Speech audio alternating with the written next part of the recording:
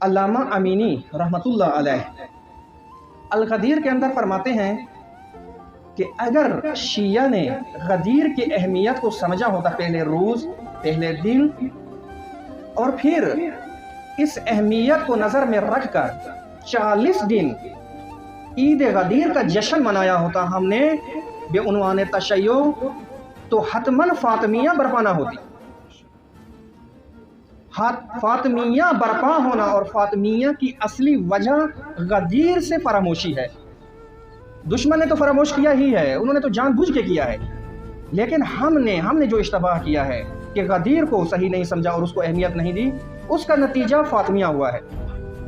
अगर हम 40 दिन एहतमाम करते और दुनिया को इस ईद की अहमियत दिखाते, हतमन फातमिया बर्पा ना होती। और फिर आगे इदामा फरमाते हैं कि अगर हमने फातमिया को बड़ा करके दुनिया के अंदर पेश किया होता और अगर फातमिया का हमने एहतमाम अशूरा की मानद किया होता तो करबला बर्पा ना होती।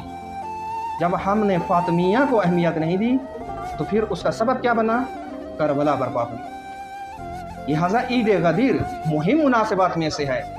एक शेर है फारसी का, बहुत ही खूबसूरत शेर है, सादा सा शेर है, यानी कोई अमीर का और इस तरह शेर नहीं, लेकिन वाकई अगर उसके ऊपर बंदा तवज्जो करे तो उसने बेहतरीन नुक्ता बयान किया है। कहते हैं कि इब्तदाए करबला मदीना नीस, इब्तदाए करबला गदीर अस्त। अभी हम तवज्जो करें, मसलन अभी हमारा मुहर्रम आ रहा है, तमाम पाकिस्तान में, यहाँ पे ईरान के अंदर, बाकी मसलन आप जगहों पर भी देखें, तवज्जो करें, पहला अशरा जब शुरू होता है तो पहले अशरे का जो पहला मसलन प्रोग्राम होता है, पहली मजलिस होती है, पहली महफिल होती है या मरासिम होते हैं, इसको मदीना से शुरू करते हैं। इमाम हुसैन अलैहिस्सलाम को मदीना से मसलन रुखसत करते हैं, रवाना करते हैं मक्का की तरफ, फिर इस तरह से तकसीम है।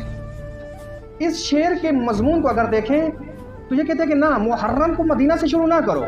अगर दुनिया को सही मुहर्रम समझाना है, दुनिया को सही अशूरा समझानी है, 10 से अशूरा देना है, तो जाओ गदीर से आगाज़ करो, क्योंकि आगाज़ गदीर से है। अगर गदीर को लोगों ने ना बुला होता, गदीर को फरामोश ना किया होता, तो ना फातमिया बर्पा होती, ना आशूरा बर्पा होती। सलवात पढ़ें मोहम्मद वाले मोहम्मद की ज़ात पर।